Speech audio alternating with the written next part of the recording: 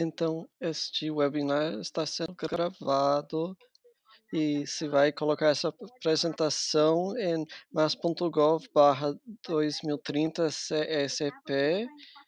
E então, se tem uma pergunta de clarificação ou algum assunto, pode nos avisar aqui. Também pode fazer perguntas na caixa de que aí a gente vai tentar responder do melhor jeito possível depois. Então, agora eu vou passar para a Terik e a Undersecretaria.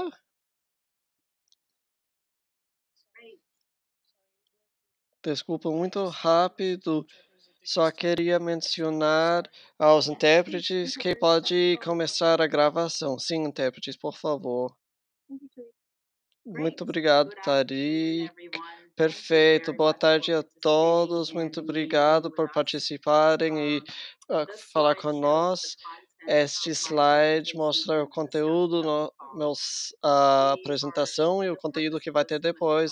Então, o propósito dessas 2 horas seria receber a perspectiva do público sobre o plano de energia limpa e clima interino e ter um diálogo sobre o que a gente está propondo fazer indo para frente. A gente vai falar sobre os requisitos novos estatuários através da legislação climática e nosso plano para alcançar todos os requisitos. Então, a gente vou falar sobre nossa abordagem, os limites, sublimites e nossa atenção de como completar o plano de clima e energia limpa para 2025 e 2030. Então, de novo, é uma oportunidade para fazer perguntas, dar a sua perspectiva. A gente viu vocês da última vez que queriam ter mais oportunidades para um diálogo, então isso seria outra oportunidade para ter um diálogo. Próximo slide. Para começar, eu queria fornecer um lembrete rápido que ao final do último ano, meu escritório passou 2 relatórios separados. O primeiro era de 2050, dá para ver a página web aqui, e o segundo, um plano climático interino para 2030. No momento, a gente fez todas as análises para 2030, CEC, e colocou limite ao nível de 45%, e eu vou falar mais sobre a legislação daqui a pouco. I will talk more about the climate legislation that followed. Eu vou falar I want mais to make the sobre distinction isso between the indo para 2050 frente.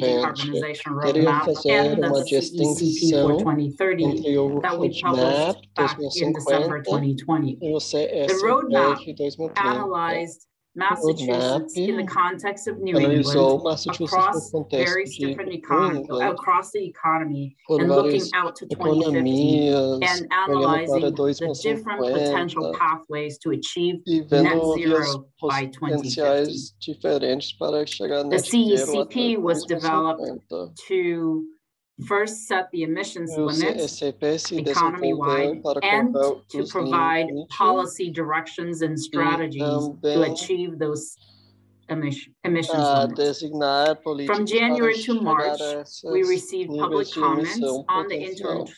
2030 Depois a gente CECP, recebeu o and we had comentário public webinar público on the nesse 2050 roadmap, período as de well as public janeiro de webinars 7 on the para Interim março de 22, 2030 2021. Também Next um slide, webinar sobre o roadmap e o We CSP. received over 1,000 Próximo. comments on the interim A CECP gente for recebeu 2030, mais and do you que can 1.000 see comentários. the diagrams on the left-hand side on the slide about the type of E dá para comments ver that we os received tipos de and comentários que a the gente organizations recebeu that are represented. e as organizações que Of course, there were many apresentaram. diverse opinions Claro que and tinha uma diversidade de messages being opiniões, presented in várias those comments. mensagens, But in general, I want to share with mas you no at the very geral, high level, there are queria some significant compartilhar que tinha comments received bastante around the 3 comentários topics que you see on the recebemos slide. sobre os The first is três equity, environmental justice temas in ali policy em and cima. support. Second is Primeiro just equidade e transition justiça and workforce ambiental. development and Segundo, training uma for both transição workers in justa e fossil-based industries desenvolvimento e and environmental capacitação justice communities. profissional And nos third, comitês concerns de about funding justiça and financing of ambiental. E programs to terceiro, support pontos e decarbonization. programas And we financeiros para completely apoiar a understand the descarbonização. sentiments behind these Entendemos comments, o and we are porquê working desses hard to comentários e address estamos as trabalhando much as we duro can para through the 2030 abordar isso o update máximo or the update to the possível 2030 na CEC. atualização quando At the time, many showed support to raising the 2030 emissions limit from the, at the time, apoio para aumentar o suggested limite limit de of emissões 45% de to 45, now que era sugerido included in the climate bill para of 50%. agora, que seria 50%. Next slide, please. Próximo slide. So there were Então, a few months of houve alguns discussions around a meses proposed legislation, which then de passed, and on March conversas sobre uma 26th this year, legislação Governor Baker signed into law an act creating a next generation roadmap for governador Massachusetts Baker climate policy. assinou uma nova política, In this, and I will spend the next few slides talking about this para criar esse caminho para uma política climática. Falando sobre esse novo lei, primeiro a gente vê que tem que limitar a emissão de gases de efeito estufa. Eu vou falar no próximo slide onde que vai ser o limite. E tem que ter emissões centralizadas por cada plano e uma roadmap, um caminho para realizá-lo. Próximo slide.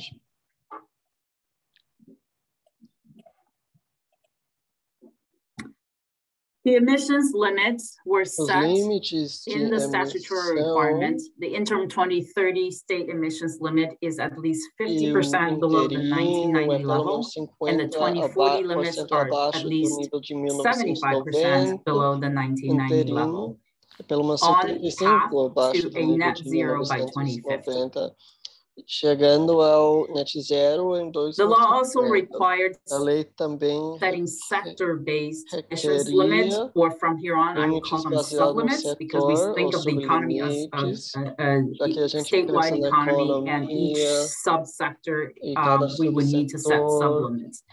And on the slide here, you see the subsectors or the sectors where we need to set the limits. And these include electric power, transportation, commercial industrial heating and cooling, residential heating and cooling, industrial processes, natural gas distribution service, and any other sectors that we designate as subsectors, and we would set sublimits for. Next slide, please. It also sets specific deadlines and requirements about what the roadmap plan ought to be, including, as you see on the slide, requirements for natural and working lands, to set statewide baseline measurements and tracking of current carbon flux on natural working lands, statewide goals to reduce greenhouse gas emissions and increase carbon sequestration capabilities from our natural working lands, and have a natural working land plan that outlines the actions to meet the statewide goals. On the right-hand side, you see the multiple deadlines. You can see that in the next 2 years, we have to update the 2025 and 2030 plan, including the emissions limit and the sublimits. And then in January of 2023, we are to update our 2050 roadmap and the plans associated with how we would achieve net zero by 2050. And then subsequent to that, every 5 years, we would articulate again the sublimits for the interim for every 5 years, and the plans to accomplish and achieve those. Next slide, please. So in the next few slides, I want to share with you where we are with the 2025 and the 2030 CECP. We're currently continuing to accept comments and questions about how we conduct our analyses and how we set emissions limits and sublimits. So please continue to submit your comments to the website that you see or the web link that you see on the screen here.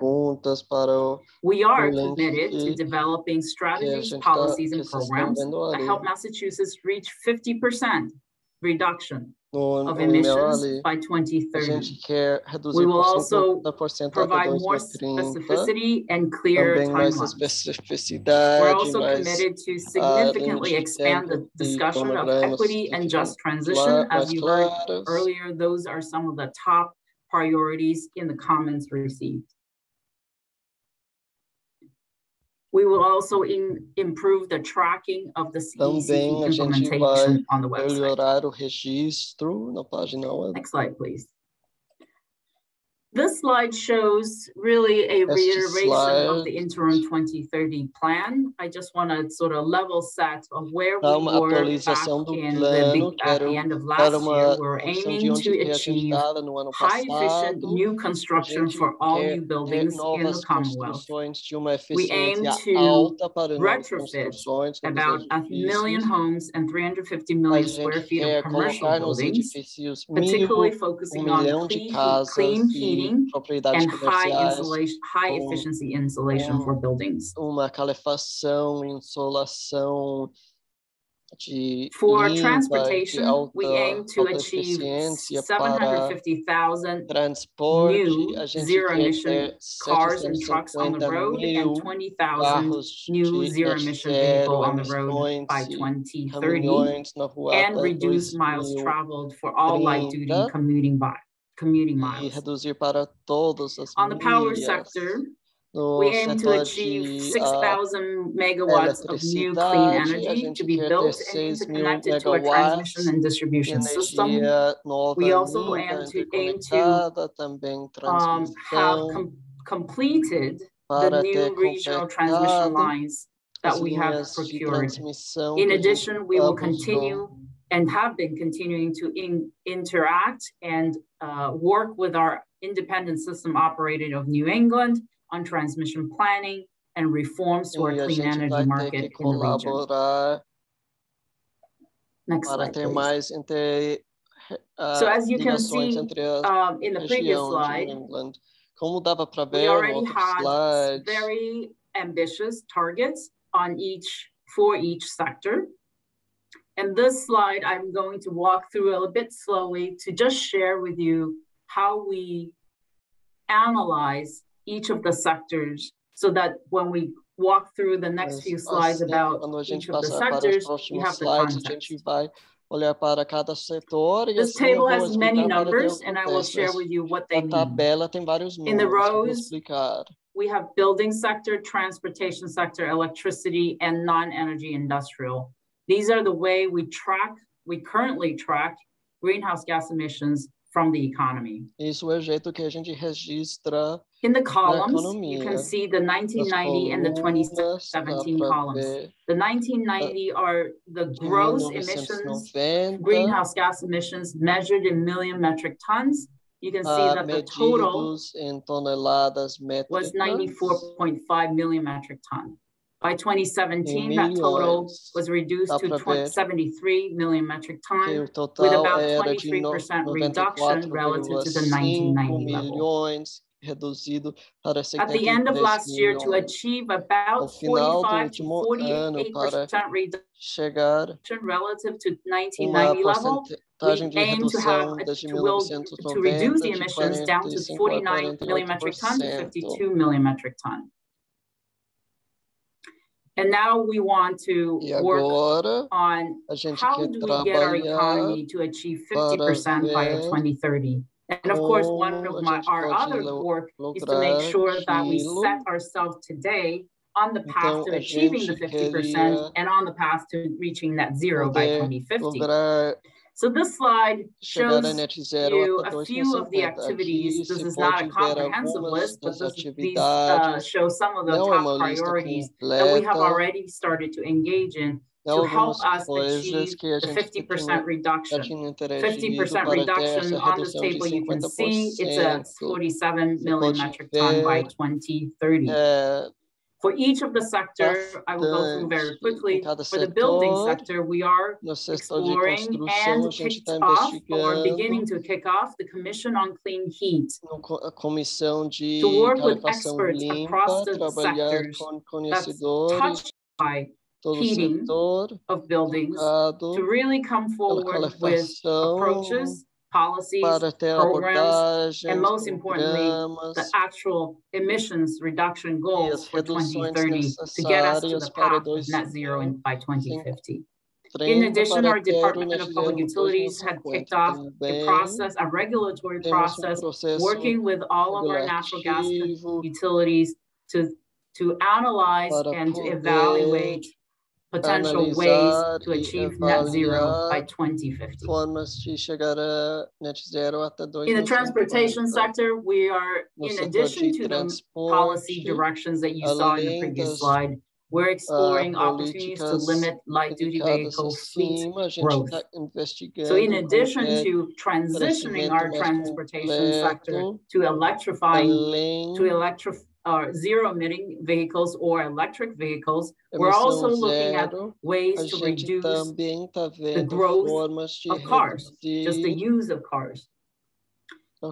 For the electric sector, the climate law already increased the renewable portfolio standard and created a municipal-like plan commitment to reducing greenhouse emissions on their own, which will help to reduce the economy-wide or statewide emissions.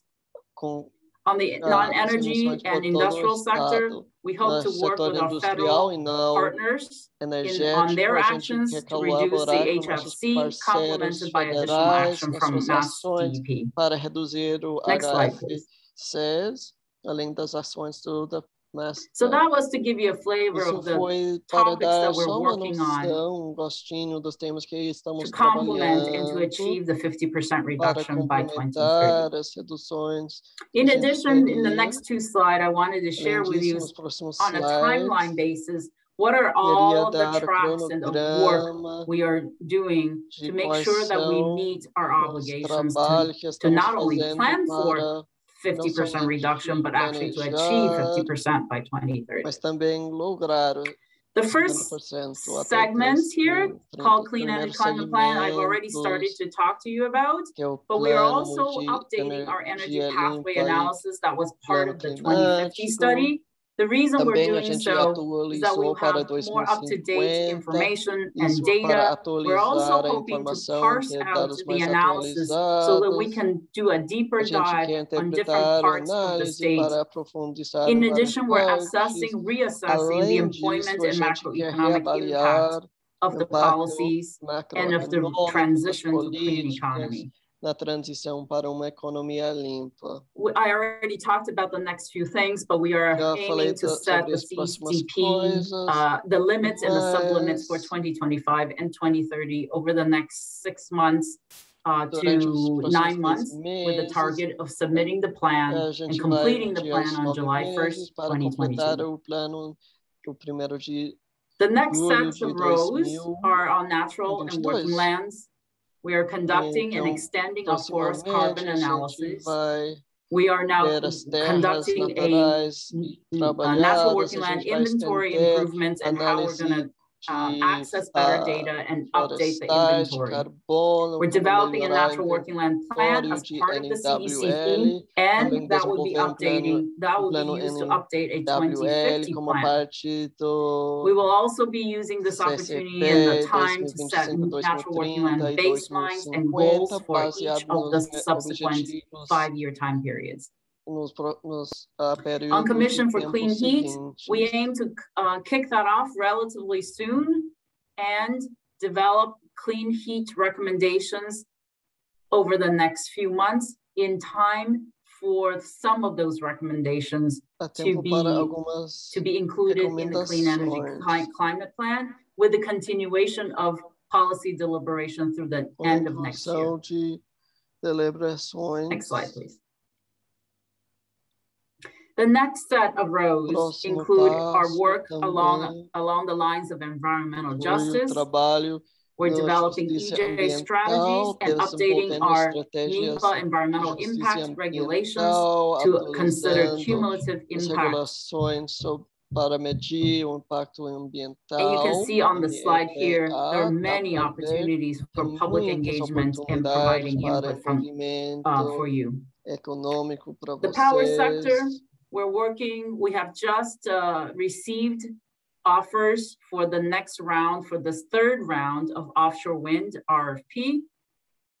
We're aiming to procure another 1,600 megawatts. Procurando aumentar and the mais timelines are shown here on this teal set of lines, including long-term contracts for the Department of Public Utilities approval. The next set of included in the power sector, we're also kicking off a technical potential study, and really it's more of a avaliação técnica statewide analysis of where the solar PV would be developed and deployed in the most cost-effective way, considering the constraints on our distribution and transmission grid. Again, we're working with our federal partners and our independent system operator on wholesale market reform to accommodate all of the clean energy resources that we aim to procure and to deploy in the state. On the transportation sector, we continue to develop the TCIP model rules and expand EV incentives and charging infrastructure. We're developing recommendations on mode shifts and land use associated with it, decreasing emissions from the transportation sector. For the building sector, I think I covered some of these already. We first have already developed the greenhouse gas emissions goal for the 2022 and 2024 through 2024, the 3-year energy efficiency plan. That was directed by the climate legislation. That will set the goals for the next 3-year energy efficiency plan, which are going to be proposed and finalized in the next few months, where our Department of Public Utility will consider those plans and evaluate them. We're also working on developing the specialized stretch energy code regulations for new buildings, and then the implementation of the municipal opt-in stretch energy code. You can see the timeline on this table as well. We're also developing appliance efficiency standard regulations and working with our utilities to develop regulatory proposals to ensure that as we transition away from fossil, we are also making sure that our utilities have a business plan to serve our customers and to ensure reliability on the system. Next slide, please. Garantir que o serviço é algo que dá para depender. There are many opportunities to provide input on all of the topics I just raised and listed in the previous timeline. But you can also continue to provide input at this website you see on your screen. We do anticipate these sub-bullets here to provide input into our clean energy climate plan. Essentially, what we're doing is we're continuing our planning activities so that we have a goal and methods to achieve those goals for 2025 and 2030. But at the same time, because time is ticking and there are some no-regret strategies, we're also implementing many of these programs and initiatives. Next slide, please. Our goals for 2022, upcoming few months. We aimed for, by March of 2022, we will present and gather feedback on the proposed emissions limit and sublimits for 2025 and 2030. At that time, we'll also propose goals for reducing emissions from our natural working lands and increasing carbon sequestration capabilities from our lands. também propor uma We portfólio will de also have políticas policies para and portfolios of policies alcançar that aim to esses achieve all the limites emissions de limits and emissão, sublimits at that sublimites time, e and we will hope objetivos. to receive E a your gente feedback on a espera continual ouvir as basis. suas perspectivas de forma contínua. Next slide, please. Próximo slide. For the next slide or two, really, Agora, o que I a want to gente spend vai a little bit ver, time queria passar explaining pouco our de current tempo thinking explicando about how we're setting the 2025 sobre and como que 2030 estamos emissions reduction. estudando essas reduções de 2025 This e is a picture that 2030. shares with you how Essa we're thinking about gross emissions and para net emissions. demonstrar como And a the gente está reason we're pensando focusing on this is emissões because grossas we are aiming to reach net zero by 2050. brutos. É porque a gente quer But chegar how a net exactly we zero account for the até emissions from different 2050, sectors and how mas a important carbon sequestration is as part of that net zero by 2050 is depicted in this picture. So for example, if we have various different emissions levels from each of the sector on the slide, for example, on the transportation, we have about 30 million metric tons and 25 from the buildings, etc. They add up to the 73 million metric tons of gross emissions. And then we would track the biogenic emissions on top of that and account for the capabilities of carbon sequestration from our natural working land, and we would reach and track net emissions. So our proposal currently is to make sure that when we set our emissions target for 2025, 2030, and beyond, we are setting those on a gross basis while tracking the net emissions on an annual basis so that we keep track not only what our gross emissions are, but we also track on an annual basis what our net emissions are. Next slide, please. The next slide is really what I already talked about, but more using words. The net emissions is essentially our gross emissions, adding on top of that the biogenic emissions, and subtracted from it our capabilities to sequester carbon emissions. The next slide, I want to also give you an idea of our proposal and our current thinking about how to set the emissions sublimits. Before the climate legislation earlier this year, we had already set our economy-wide greenhouse gas emissions limits. We also set targets and policies to achieve sector-specific emissions limits. The gray box on the right-hand side is a repeat of what I showed you earlier in the climate law. These are the categories of the economy where the climate law states that we shall set limits and sublimits to. On the left-hand side of the slide, this is our proposal of how to set and how to categorize emissions. And really the major difference here is from the electric power sector, we propose to continue to track emissions from our electricity sector from the resource level. That means when a power generation produces power, we're tracking the emissions associated with the production of that electricity.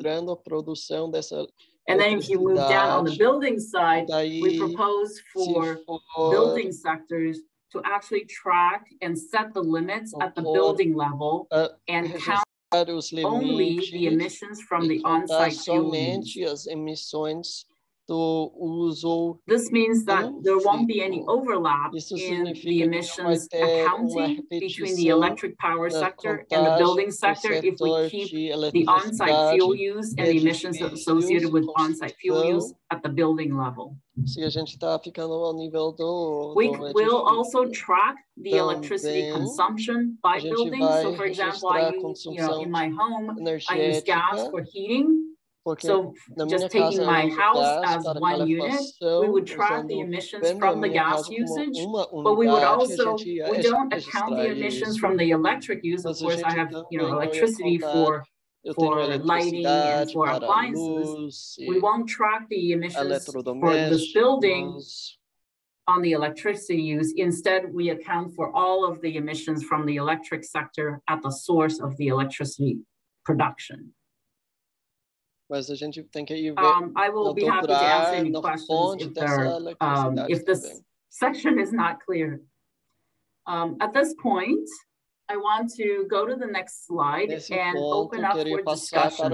We have three prompting questions. A gente tem 3 and really is to really just to prompt the dialogue and to initiate this dialogue. We have a few proposals, and I want to hear from you what your thoughts are, setting the emissions reduction at the gross level and tracking the net emissions over time.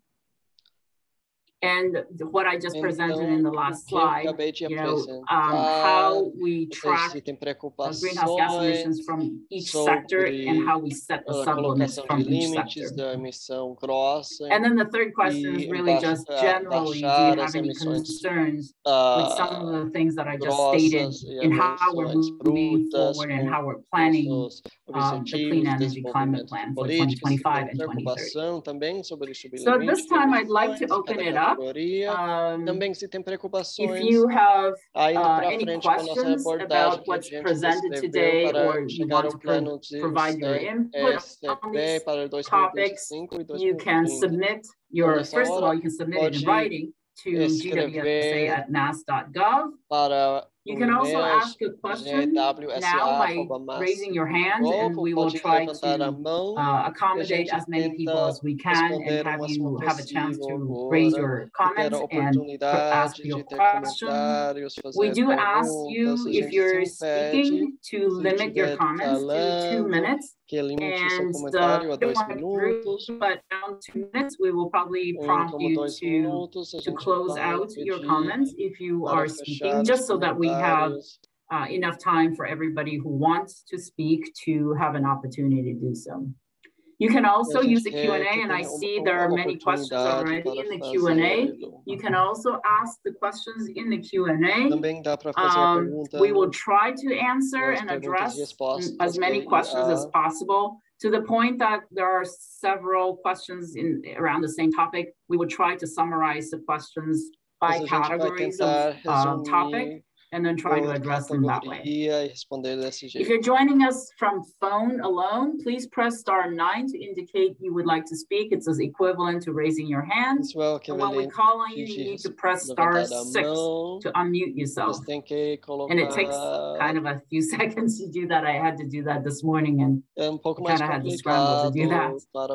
And again, if you speak, please do limit your comments to about 2 minutes. Thank you very much. And I want to open this up for participants now.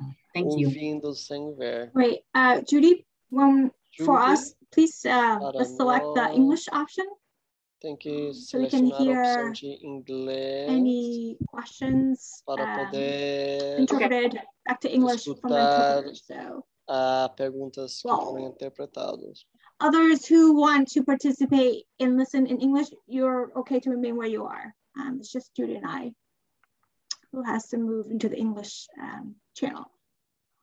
All right, I see we have 2 hands and quite a number of questions. I'm going to start off with the questions first in the Q&A to allow people on the phone and joining us by Zoom or on your computer and smartphone to raise your hand. We have a couple questions about the Clean Energy and Climate Plan for 2025 and 2030, asking if we will have a draft available before the deadline for public comment. Because of the timing and the amount of work we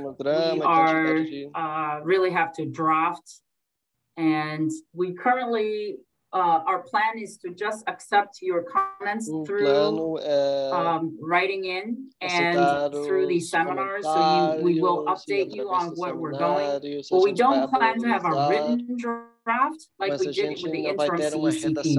In other words, treat the interim CECP as our draft, as it was a draft. And we will take your comments on those as we have in the past. And we're not planning to send another draft out and wait several months for comments Mas a and then gente não vai redrafting. ter We outra want to redação, complete daí esperar this alguns meses para ter plan by July, comentários. and Não, a we gente have a lot of work to do that. A completar isso até julho, we have e a quite a gente tem few muito trabalho questions para on fazer building, isso. A stretch gente building, tem specialized stretch perguntas building codes. sobre os códigos de The gist of these questions construção, are: what is the timeline of their development? When does WBRS come into play? And when will we have public comments? And then for the codes themselves, will it be a net zero? Will it only be on energy efficiency improvements, or will it require buildings to be net zero carbon? E se vai requerer que seja net zero carbono.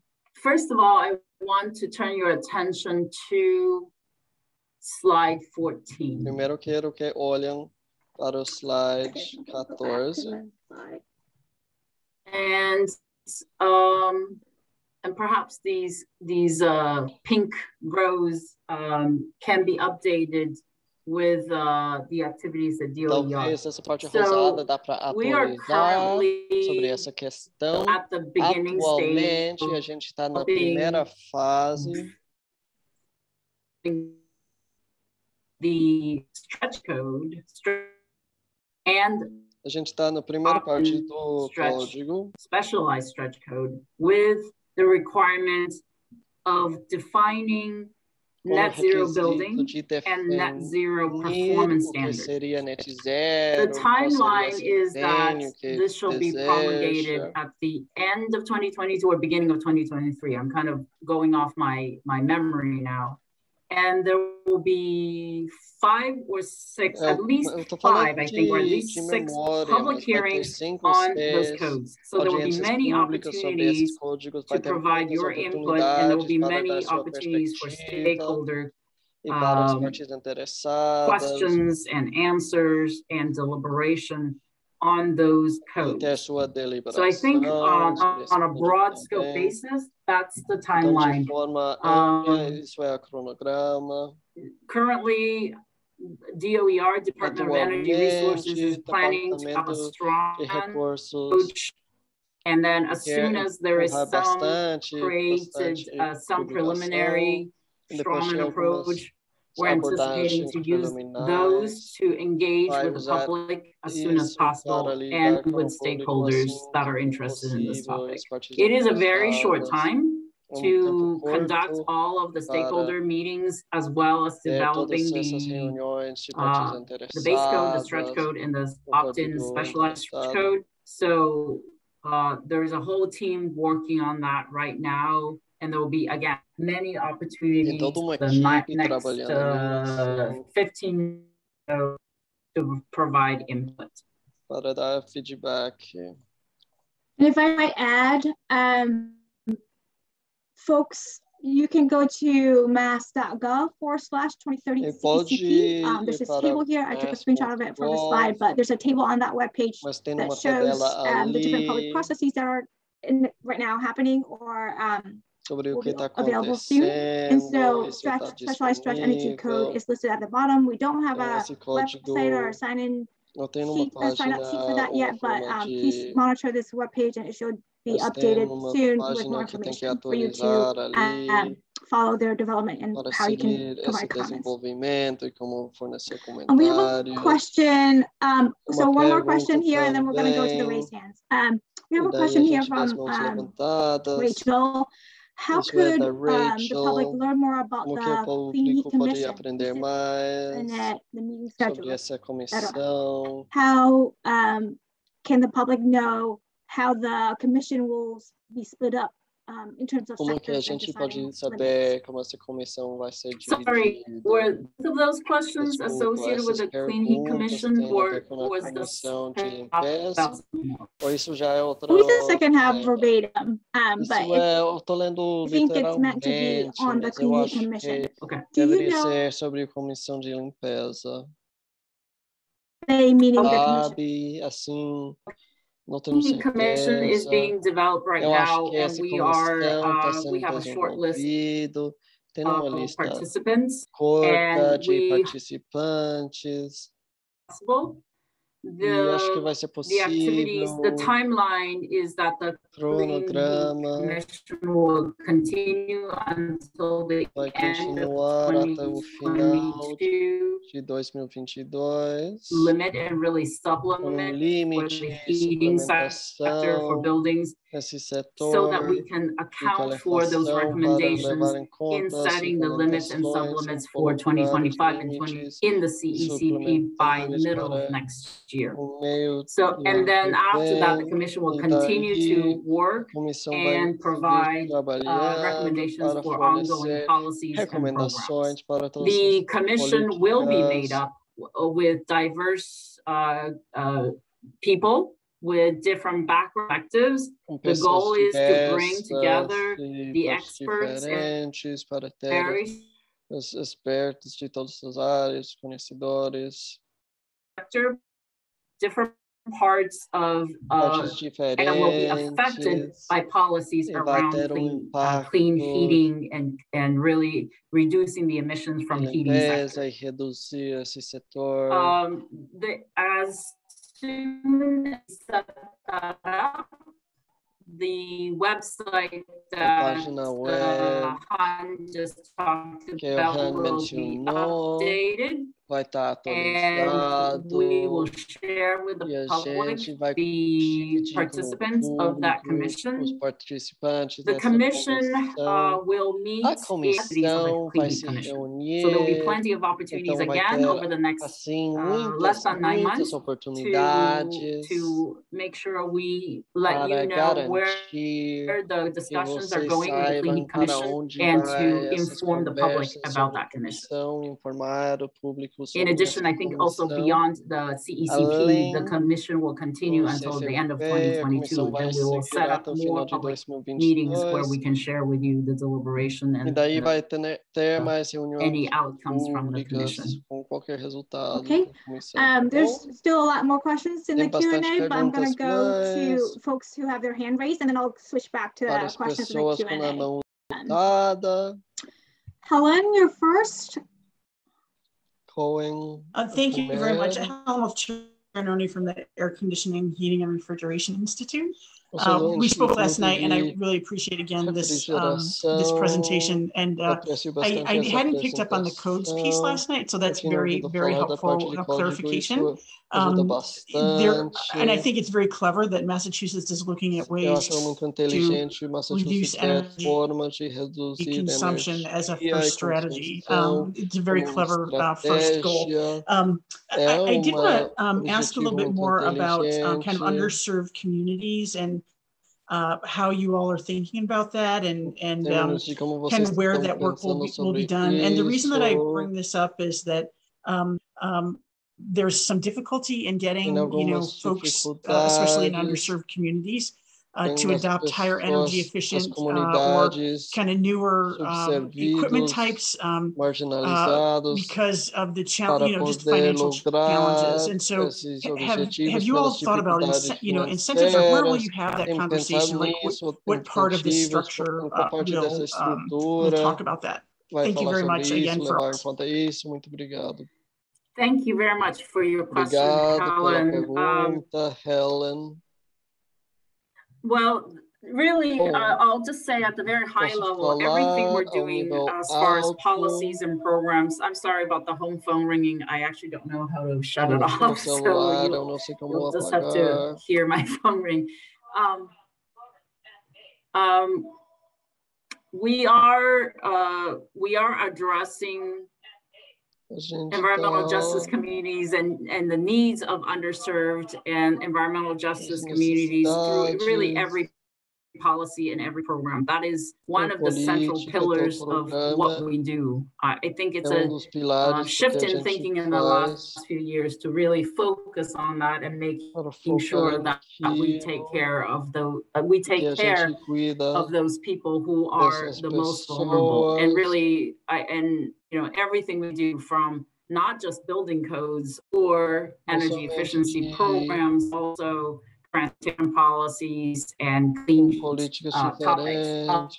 Said that the details course, matter. And the first thing I would say is with existing buildings, that's currently our policy instrument, or the lever we have, is the Mass Save Energy Efficiency Program, and I would also call the Energy Transition Programs. And in those programs, we do have focus and emphasis on low and moderate income communities and how to channel some of those programs to focus on low and moderate income communities.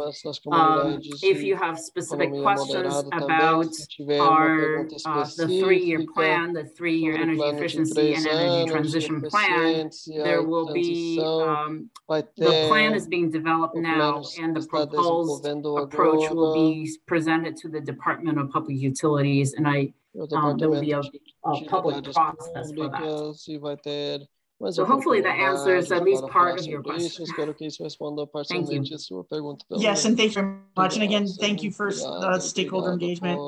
We're certainly looking forward to engaging in this as well as other parts of this discussion. Okay, thank you. We're next gonna go to a question. Is EEA willing to advocate for the use of gas system enhancement program funds to upgrade and electrify buildings, in particular to achieve the goal of 1 million heat pumps, 1 million heat pump installations, and to redirect gas utilities to help finance the upgrade of those buildings and to provide thermal energy to those buildings? It seems like there are several questions embedded in one. I will just say that the energy efficiency plan and the energy transition associated with that are using ratepayers' costs or money, both from electric users and gas users, to fund both energy efficiency programs as well as energy transition. The GSEP, which is, I believe, if I understand that the question correctly, I think that is the fund used to maintain the existing pipelines and to reduce leaks, to ensure reliability of existing pipelines. So I don't believe that fund is set aside for energy transition or energy efficiency. On the topic of energy efficiency, we have a question here about how we are coordinating with the 3-year plan of Mass Save Energy Efficiency Program. They provide the rebates incentives for heat pumps. The new plan is being now for 2022 through 2024 implementation. So this person is wondering how we're coordinating on that plan. With that. The secretary had said a reduction associated with and that the emissions reduction will be accounted in energy climate plan. We're basically assuming that we have set those goals, and the energy efficiency plan and the energy transition plans will meet those goals under the 3-year plan. So we're, I'll just say, completely internalizing that program into our accounting of the emissions and setting those emissions reductions. Okay, we're going to go back to the who have their hand raised now. Tina Grostowski, you're up next. Thank you. And thank you for the presentation today and all the engagement that you put in. Subject one before have a conversation with Han about, but I'm going to raise it again because I think it's so critical to the success of the CP and the work that all of us are engaged in going forward. Todo o trabalho que a gente There's quer no magic fazer pela frente, não tem um jeito mágico de lidar com isso. O envolvimento de todos os cidadãos é fundamental. So my question is, how então, a pergunta seria to engage through some kind of media campaign, Mas educating talvez ter uma mass residents about the science and the importance of this transition, falando sobre and then ciência, a specifically about the importância dessa transition that transição the state is especificamente, a planning. transição que Thank está you very much. planejando o Estado. Tina, thank you very much for your question. I do believe it's a very important Obrigado component pela pergunta, of our componente work. importante. And to be honest, we don't currently have an entire sort of public awareness program set up de conhecimento pronto to fully inform plenamente and educate the public. I do believe that is a very important and critical piece of energy transition and greenhouse gas emissions reduction in general, because your activities, your actions, and my actions and my choices are all very important in this transition. Todos são importantes. People have said it in different ways. Essentially, the government can only create incentives and structures to help the transition, and where we can use large contracts to deploy projects through our utilities, really, and set directions. But it's actually very challenging if we don't bring everybody along. And I mean everybody, including those that are hardest to reach. And I think to be able to do that, as you mentioned, we do need some kind of almost like a media strategy or an engagement strategy. Currently, we are focused on sort of getting our goals set and a plan and the policies and the programs. And I believe you are right.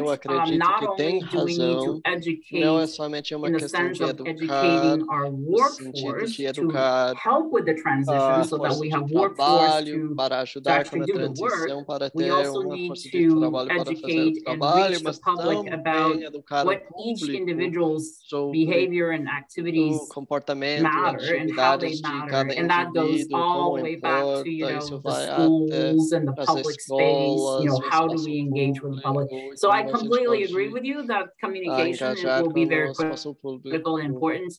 And we will definitely take that into consideration as we plan for the future. Então a gente pode levar isso em conta. Thank you. Enquanto a gente for Thank you. Obrigado.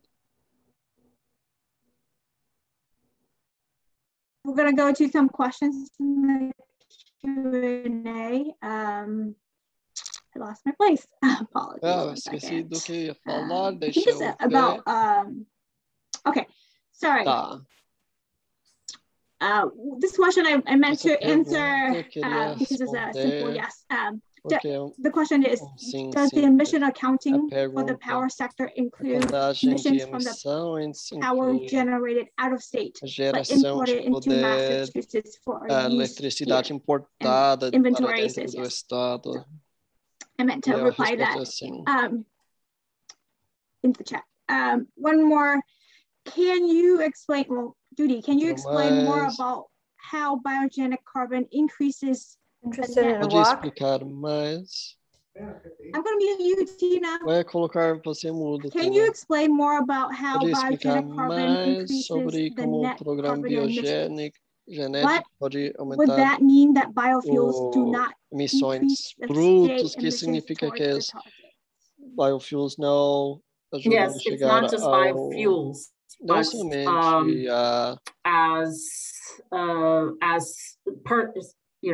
our lands and forests and questões biológicas, mas também a terra, a floresta. Decompose essentially, emit greenhouse gases, and so that's part of it. Han, do you want to chime in and deeper into that? Yes. Thank you, Judy. So we are tracking biogenic emissions now. We don't count them towards gross emissions. Because the 2050 emissions limit says we have to achieve net zero by 2050, we are closely monitoring the net emissions. And so doing an improvement on the biogenic emissions from natural working lands. We have a decent, I'd say pretty good tracking of biogenic emissions from the combustion of biofuels, biomass, etc. Not so much of the biogenic emissions from natural working lands, like the deforestation of forest, the methane emissions from wetlands, and other greenhouse gas emissions associated with farming, soil management, and farming. So moving forward in our inventory improvement, we will do a better job at tracking it. And so our intention is to lower all emissions, of course, gross and net, but the emissions limit, how it's put in the law, we interpret that to mean gross emissions. And we will, to lower net emissions, we will be looking at policies to phase out the use of biogenic materials that will contribute to net emissions. But it's an ongoing policy discussion. We haven't figured the exact policy mechanisms yet and the accounting framework yet. That's something that is in our to-do for this upcoming year. A gente vai trabalhar nisso no Let's see, we're gonna go next. I think, Tina, you already answered your question. So I'm gonna lower your hand. And then the next person, and I apologize if I'm saying correctly, Bayungyo Kim. Yeah, hi. Thank you for calling on me and for the presentation. I was wondering, how are you guys going to address the military, because the U.S. military is one of the largest, and we have, and also military assim que é porque a gente tem essa dificuldade com poluição aqui em Bedford. Como que vai lidar com isso? That is a really interesting question. First of all, I don't think they're any different as far as the sector. So, you know, de setor para outro. If there is heating in the buildings, I think that's accounted for. If there's transportation, that's accounted for. And if they have power generation, that's also accounted for. So at the state level, I don't think we treat them any differently, or I don't believe we exclude them. I also know that the US military has a significant effort underway to transition to dos Estados Unidos tem esforço enorme para transicionar para recursos limpos, energia limpa. That's probably something we can take a closer look at. And thank you for your comment on that. Oh, okay, thank you. Muito obrigada pelo comentário. Yeah, I mean, other than like the heating and the transit and the power for the buildings, like they are using materials that are bad for the environment to destroy like other parts of the earth, and like, you know, the chemicals that come from like bombs, let's say, and other like chemical warfare and stuff like that. Like, how is that being addressed? Guerra química, essas coisas, como que vai lidar com isso? You raise a really good question about the military, but the way we're looking at this from a state level emissions reduction, we are actually not accounting for leakage the way probably one should or one could. We're also not looking at the entire carbon life cycle carbon for some of the things. So for example, we don't look at solar resources. A gente não está só vendo os elementos solares. Where do those solar panels come from? How are they made? How much energy input went into making them, and therefore what the life cycle emissions are. So we don't not really, except for, I would say, biogenic resources. So I don't think we treat the military any differently than the rest of the economy in Massachusetts. Da economia aqui em Massachusetts. All right, we're going to go to a question, the Q&A. How does Massachusetts Executive Office of Energy and Environmental Affairs coordinate with ISO New England? Are there opportunities to collaborate to retire fossil fuel energy sources? Can sustainable energy, especially given its intermittency issues, be better incorporated into the forward capacity auctions? Great questions. We are directly and indirectly working with the independent system operator, New England, the ISO. And we have a state. So the ISO manages the grid for the entire New England states. And we coordinate with our sister states in working with the ISO. We also have continual engagement with the ISO on many topics. The most important 3 topics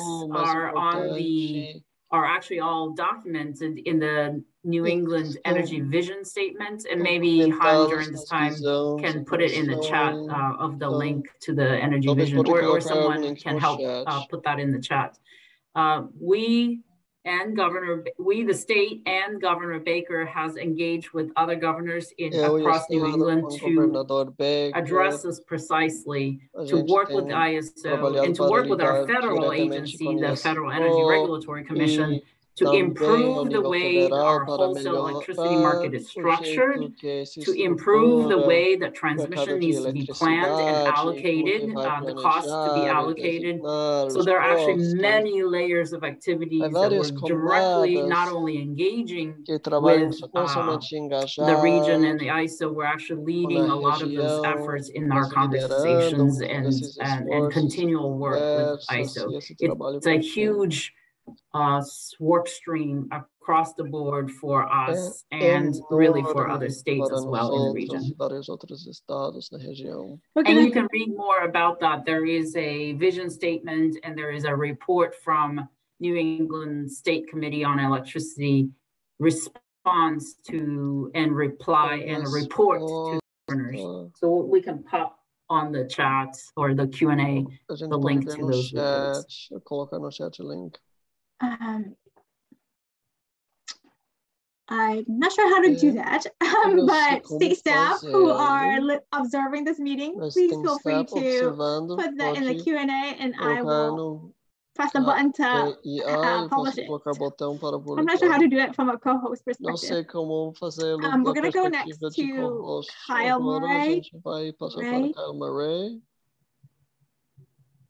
Hi, Kyle Murray from Acadia Center. Thank you for taking my question. You mentioned earlier that there were on the timelines for the CECP that despite it switching the limit going from 45% to 50%, that there wasn't going to be another interim report to comment on, and that to treat this report as the one to be commenting on for the 50%, but the change from 45 to 50% is pretty substantial, and it's going to require some difficult decisions. And I think it's very difficult for us to provide substantive comments on that without knowing what the administration plans to do, how to get there. So I would just like to really urge the opportunity to really just to see that analysis and be able to comment on what the updated analysis is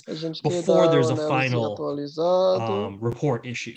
Yeah, I encourage you to go back to the slides that we shared here today, and then we will also continue to update with additional opportunities like this one to update the public about where we're heading when it comes to changes and how we're hoping to, how we set the emissions reduction and how we're going to achieve those emissions reductions. We have a question in the Q&A similar to this line of questions. Are there specific policy recommendations from the first set of public comments that we will be including in the next version of the CECP? And will those policy recommendations for the new CCP be shared publicly at some point. Serão compartilhados de forma pública em algum momento. I think the best way to think about this is you'll notice, again, slide 12, 13, and 14, once you go back to it, shows you the areas of improvements or updates that we're aiming to work on. Just reminding you, for example, just on the municipal opt-in stretch energy code, that was a proposal in the interim CCP, and now actually drafting those proposed new codes and deliberating with the public about those, and that's already shown in the timeline. So many of the things that we were, I would say, a few things that we were proposing in the interim, we're actually moving forward with the implementation, and they all have separate tracks of public engagement. In addition, yes, we will have and we will need some additional programs or policies to achieve 50%, and we will bring that back to you through these forums so that you have an opportunity to hear what we're currently thinking, and we will take your input this way. And you also have a continual opportunity to update your comments by writing to us, or put your thoughts in writing. So I think that's our current plan to sort of plan and implement and engage with the public and take all of your comments as we draft the new plan.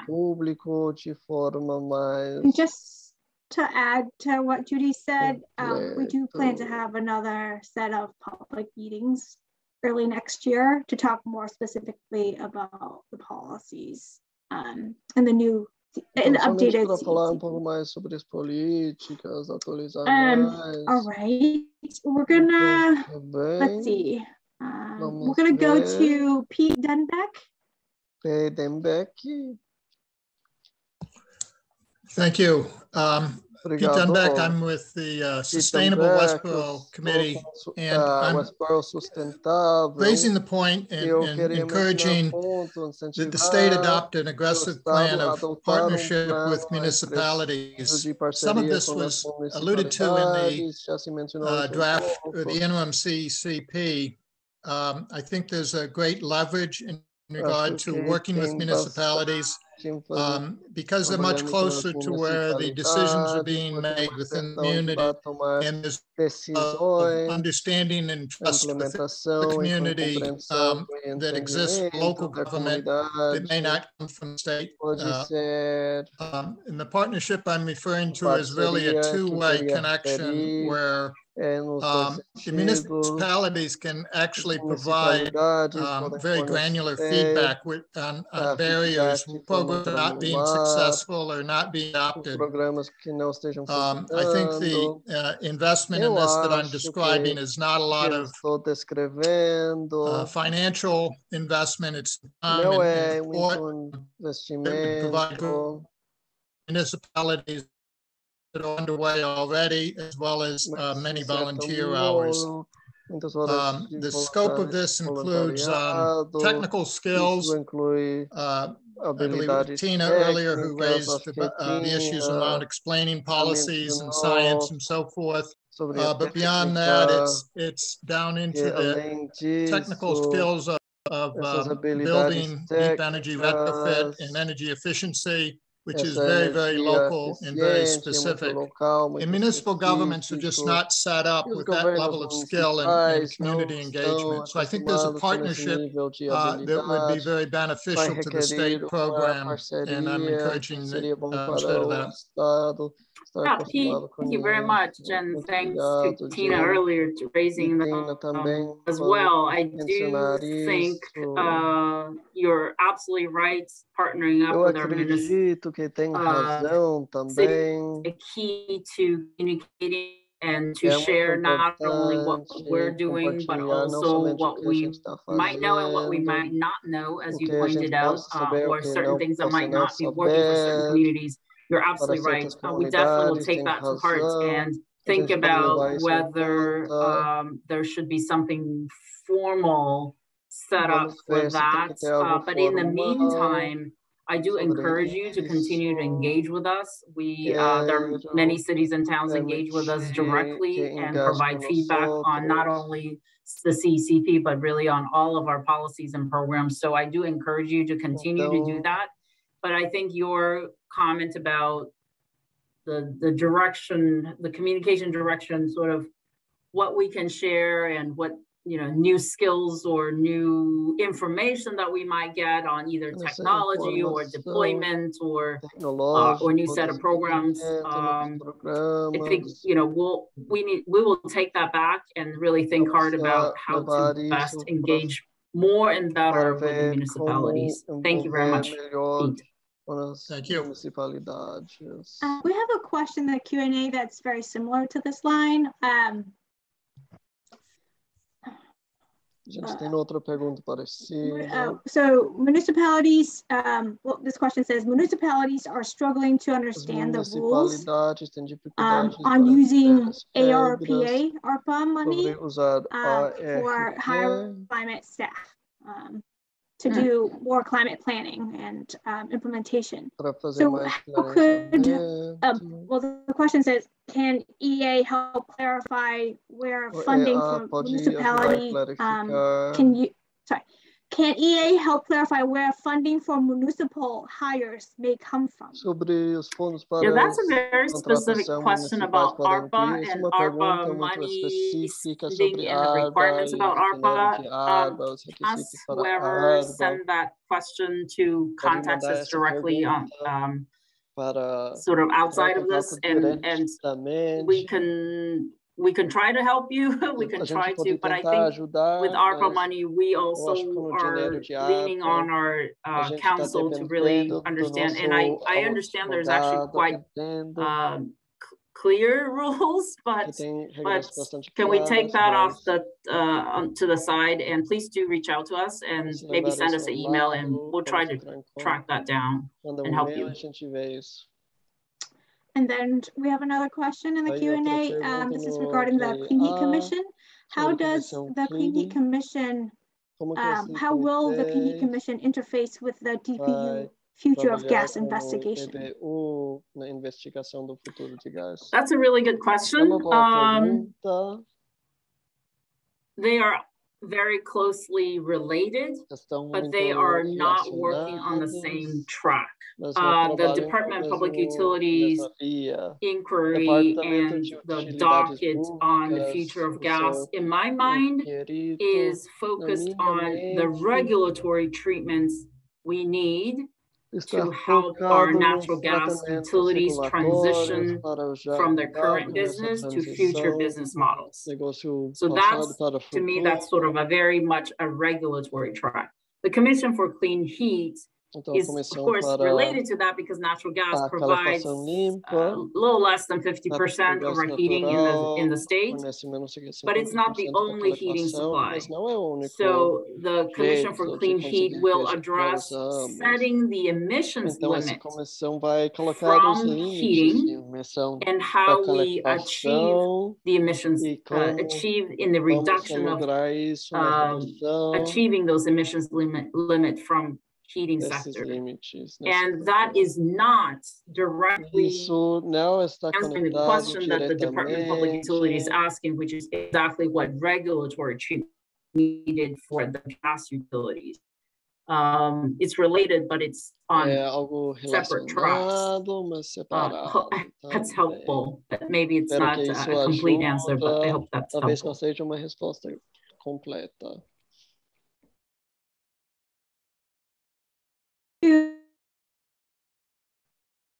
Muito obrigado.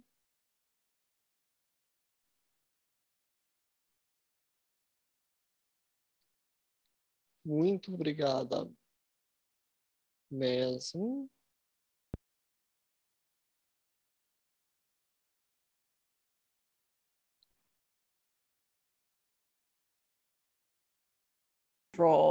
And so we have both a specific opportunity with these buildings. Então, a gente tem And you uma have to require oportunidade a specific strategy to really attack that sector. Que também requer uma estratégia específica. Eu acho que a vantagem, is it can really help with our environmental justice que pode ajudar com nossas aspirações de justiça ambiental através da acumulação think Fall dessas River, escolas, think Springfield, think Fall Chelsea. River. There's also an opportunity for our K-12 Também sector, tem uma if we can get that sector oportunidade engaged, no to setor contribute both on the buildings, K12. Isso pode ajudar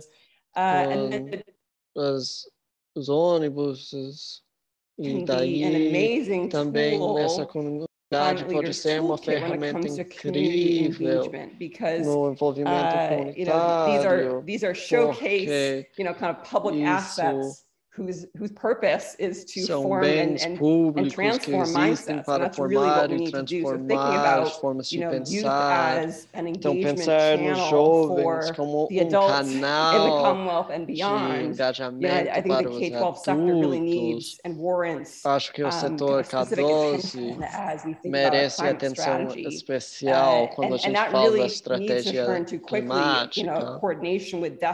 Isso tem que ter coordenação rápida com o DES, porque a gente tem o oposto, a gente tem uma oportunidade, assim, a gente está colocando muito dinheiro no setor K12 através do alívio de Covid.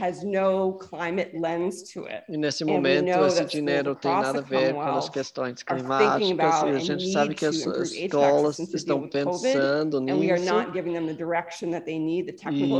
a gente não está dando ajuda técnica ou incentivo que precisam para dar um passo para frente, para pensar sobre as emissões. Então, eu quero incentivar a ter uma estratégia K12 e para a gente colaborar com o DES o mais antes possível. Obrigado, Sarah. I really applaud you for saying that, and also Agradeço pelos comentários. Claudia não poderia ter falado melhor. Estou totalmente de acordo. Nunca escutei expressar dessa forma também.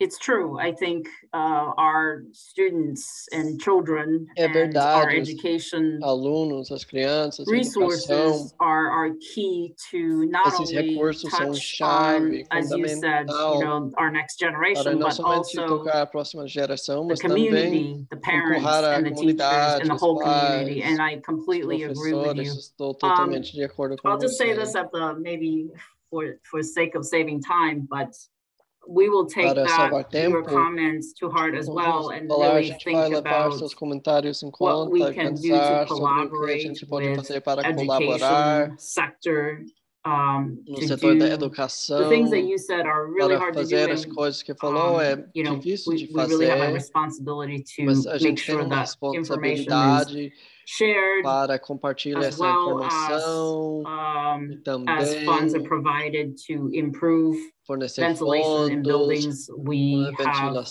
way to capture that opportunity, as well as electrifying transportation means that some of the money or some of the incentives can go to electric school bus, because they provide a multiplicative factor when you reach students and the communities around. Porque isso tem vários fatores, tanto para os alunos quanto para as comunidades. And we will think more about that and vamos pensar mais sobre isso. See if we can set up something to help with the education. There is one more thought that you triggered, which is those are educators on the line.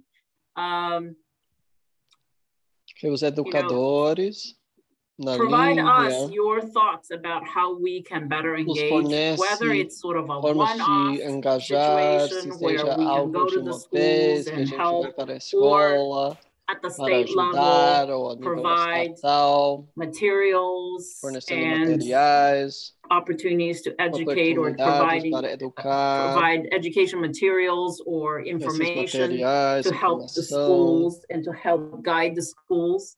and of course all the students to be more engaged in this topic. And again, like I said before, I mean, we're really, you know, the government is sort of setting the path, and we're really encouraging everybody to do their part, right? And part of this strategy and part of reducing emissions actually requires everybody to chip in. So the next generation, you're right. It's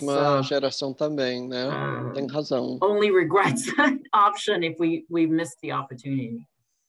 Só pode se arrepender se perde a oportunidade, mas queria on the line in the education field aqueles no campo de educação de talvez nos ajudar a pensar como melhor fazer isso. And maybe incorporate them in our plan, e talvez incorporar no plano, or communication plano de educação ou comunicação, as part of our clean energy climate plan. Como parte desse plano de Thank you for that energia comment, I'll take that as our homework, and we will be in touch. We'd love to help think through a plan. Thank you. Yeah, that would be great. E a gente adoraria ajudar.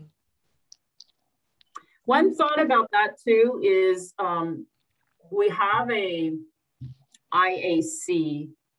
Can you help me? What Outra IAC? Ideia, temos IAC, yeah, it's the Global Warming Solutions Act. Implementation Advisory Committee. It's called Implementation Advisory Committee, which is why I can never remember the actual words.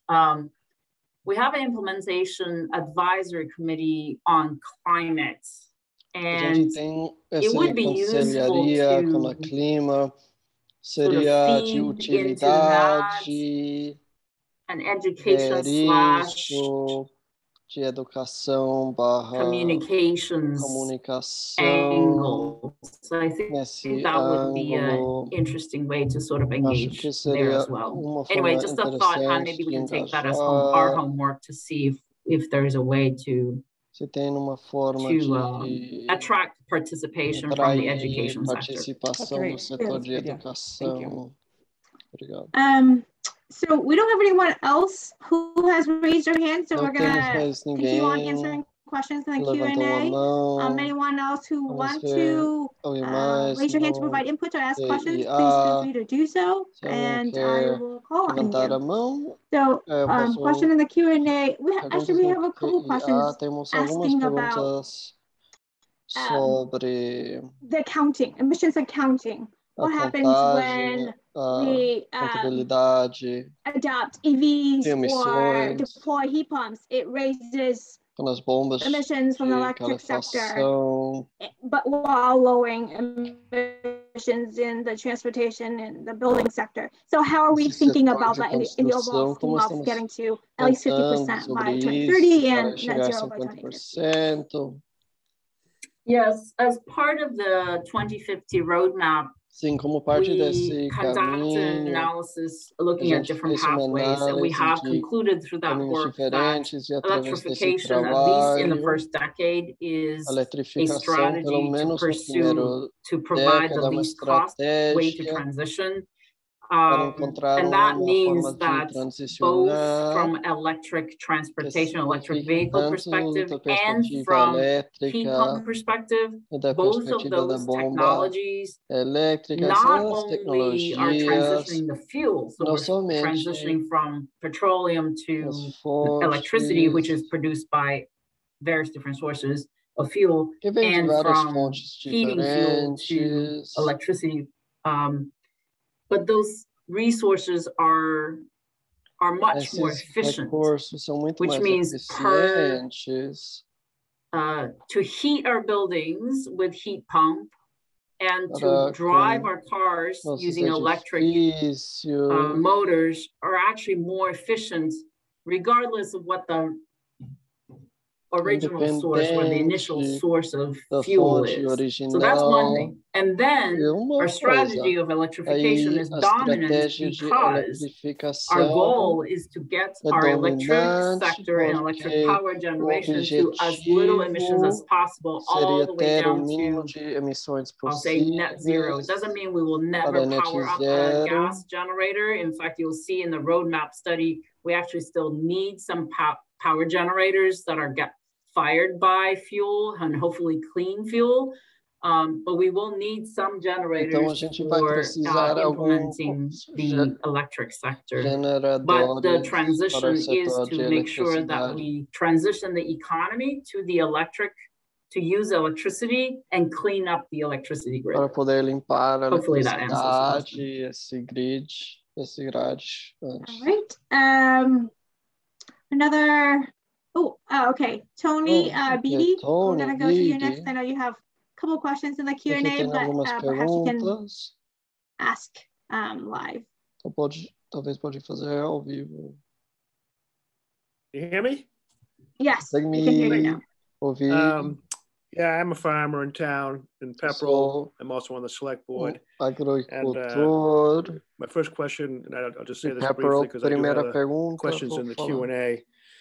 I'm hoping that the agriculture community has a greater role in the solution to the climate challenge. I've talked to a number of people. Senator Kennedy has a bill going before the legislature to increase the role of farms. And I did have a chance to talk to Kathleen Theoharides about this, and she agreed. So I just hope that that will happen. And anything that I can do to help that happen, please let me know.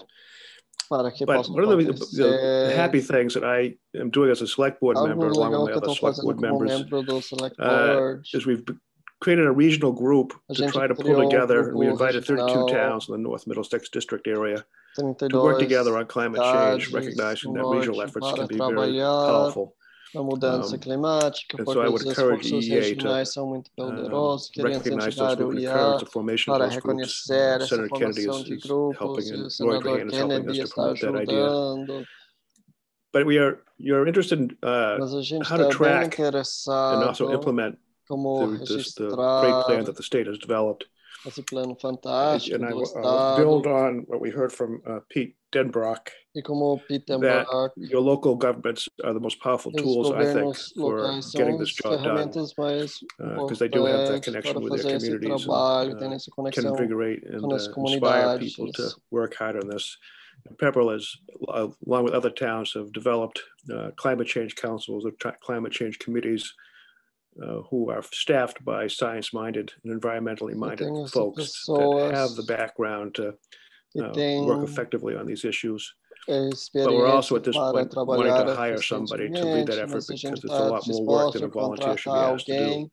I had a question on where to fund, could ARPA be used for funding those staff positions, and I will follow up with an email to you to see if you can help with that answer. But that, I just wanted to make that comment, that, and I will say it again, that your local communities, you suggested that you might want to formalize a relationship between EEA and municipalities, and I would encourage you to keep thinking in that direction. Thank you. Yeah, no, thank you very much. I really appreciate your comments. And yes, absolutely. I think engaging with municipalities is a key to making sure that the message and the programs work as we intend them to work, and also to sort of have that feedback from the cities and towns as well. We have some very, very positive experience on the resilience side, working with municipalities, all sizes and all locations. And maybe we can borrow some of that example and try to engage more fully at the municipal level. I do want to commend you, and also just make sure you know, I love the fact that we have cities and towns either getting together, or some of the larger ones have their own climate groups or efforts. And I always say time is our only constraint. And once we have an idea of how to formalize these relationships, as you mentioned, I think it would be great to have a way to engage and to share resources and knowledge and skills on how to best use local and state-level efforts in this climate litigation effort. So I look forward to more engagement on this topic. Thank you. Thank you. Okay, great. We have a question in the Q&A asking how are we considering cost in all these policy discussions and analysis, not just analysis of what's technically feasible, but cost to consumers. Yes, we are, clearly taking costs very seriously, and always thinking about costs. For those programs that are using ratepayers' money to engage, we're always concerned about cost to ratepayers and the bill impact of those that have to pay for electricity and fuels. So that's always weighing heavily on our minds. We are conducting the cost analyses. And I think as an economist, I encourage people to think about costs in a more holistic way, which is the cost of not doing something is also a cost. So when we think about costs and benefits, we are weighing, really in all of our policies, we're weighing the cost of implementing something and the value of those implementations. So we're very careful. We try to be as careful as possible in making sure that we don't increase the burden of ratepayers, particularly. But we also need to acknowledge and quantify the benefits of some of these programs and the cost of not doing the right thing. So another example is building codes. If we don't build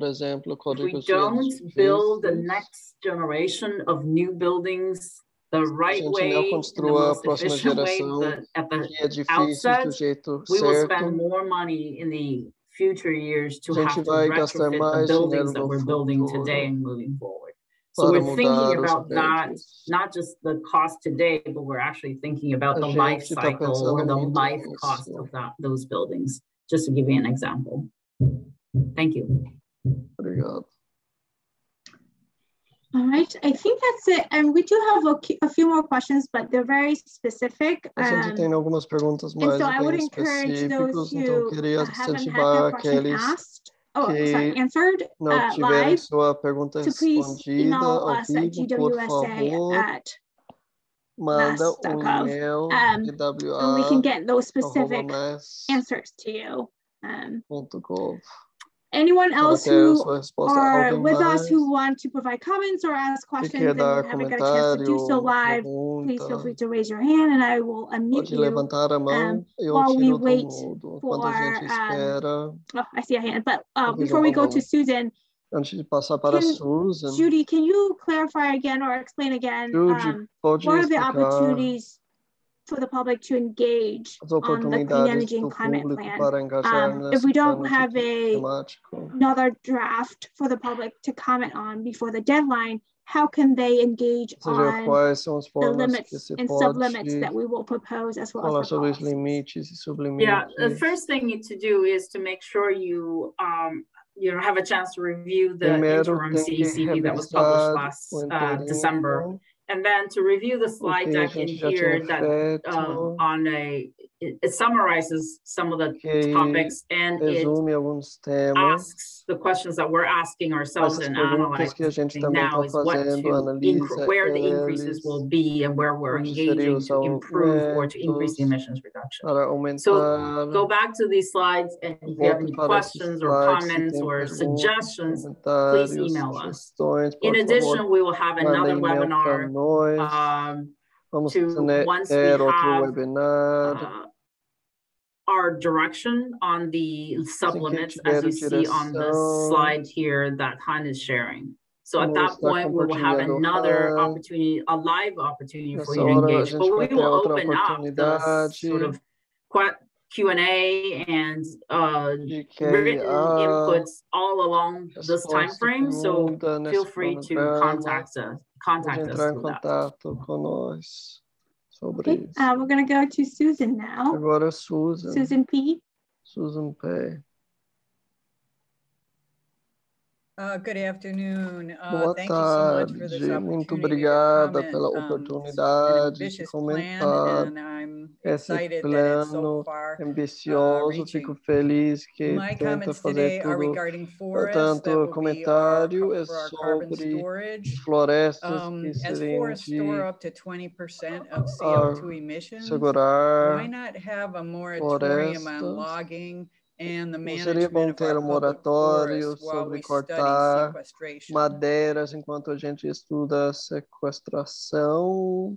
I also have a second question, Tenho segunda pergunta, which is, will biomass still receive subsidies, biomassa even though it clearly ia contributes to receber CO2 emissions? subsídios, mesmo que contribui Thank para you, Susan. emissões. I take Obrigada, your points, Susan. and we will take those into consideration. A gente vai levar em consideração. As you probably know, if you are in the forestry field or follow the forestry field, it's not black and white, and even the science is not black and white at this moment. It's not as simple as just no more cutting completely to help with the health of our forests. I myself, I'll just admit, I'm not the expert on forest or forestry or however, we do a lot of reading and hearing different perspectives on this, and we will definitely take your comments and consider them in our policy setting. Em conta nas políticas. Obrigada. All right. Well, it's 1:40. We still have 20 minutes. We're happy to stay on, but we can also give back some time to you all as well if there are no additional comments or questions. But we'll pause for a couple of minutes to see if anyone else would like to raise your hand or submit questions or questions in the Q&A. Perguntas no QA.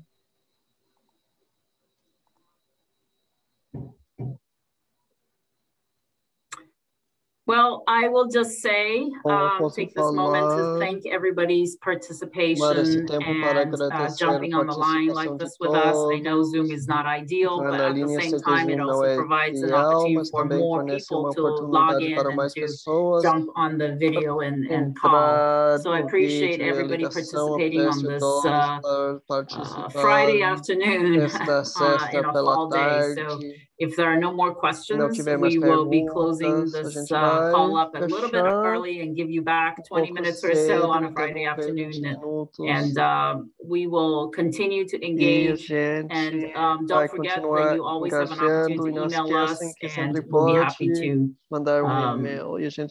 discuss or have take your input directly.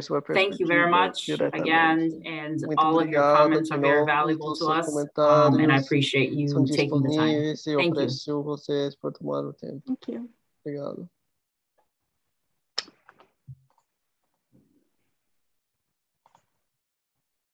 Tariq, can you end the webinar for everyone? Tariq, pode terminar o webinar para todos.